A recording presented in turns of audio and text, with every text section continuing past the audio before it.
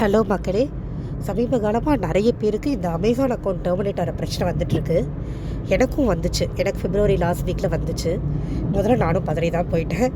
First of all Amazon account terminate ஆனால் யாரும் பதற வேண்டாம். அது ஏன் இப்போ திடீர்னு எல்லாருக்கும் வருது அப்படிங்கிறது தெரியல. ஏதாவது டெக்னிக்கல் கிளிச்சா என்னன்னு தெரியல. ஆனால் நிறைய பேருக்கு ரீசெண்ட் டேஸில் இது வந்துட்டு தான் இருக்குது.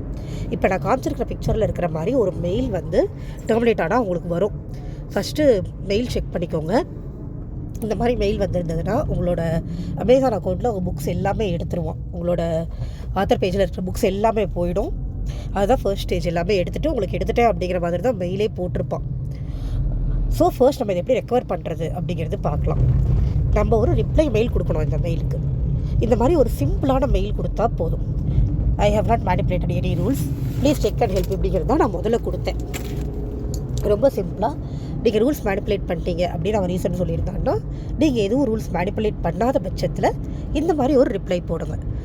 மேக்ஸிமம் 2 அக்கௌண்ட்ஸ்லாம் இருந்துச்சுன்னா திருப்பி கிடைக்காது. ஏன்னா அது ரூல் மேனிப்புலேஷன் தான். நீங்கள் எந்த ரூல் மேனிப்புலேஷனும் பண்ணலை, திடீர்னு டெர்மினேட் பண்ணிட்டான், காரணமே இல்லாமல் பண்ணிட்டான், அப்படிங்கும்போது நம்ம ரெக்கவர் பண்ண முடியும். இந்த மாதிரி ஒரு மெயில் கொடுங்க அவனுக்கு. அவன் கொடுத்துருக்குற மெயிலுக்கு ரிப்ளை மெயில் இந்த மாதிரி கொடுங்க. ஸோ எனக்கு ஃபர்ஸ்ட் என்ன வந்துச்சுன்னா, இந்த மாதிரி 5 பிஸ்னஸ் டேஸில் ரிப்ளை பண்ணுறோம், கொஞ்சம் பொறுமையாக இருங்க அப்படிங்கிற மாதிரி வந்தது. பட் இதில் ஒரே ஒரு மெயில் வந்து ரிப்ளை வரல அப்படின்னா நம்ம அதோடு நிறுத்திடக்கூடாது. 5 பிஸ்னஸ் டேஸ் போனதுக்கப்புறமா திருப்பி அதே மெயிலுக்கு அதே மாதிரி ரிப்ளை கொடுங்க.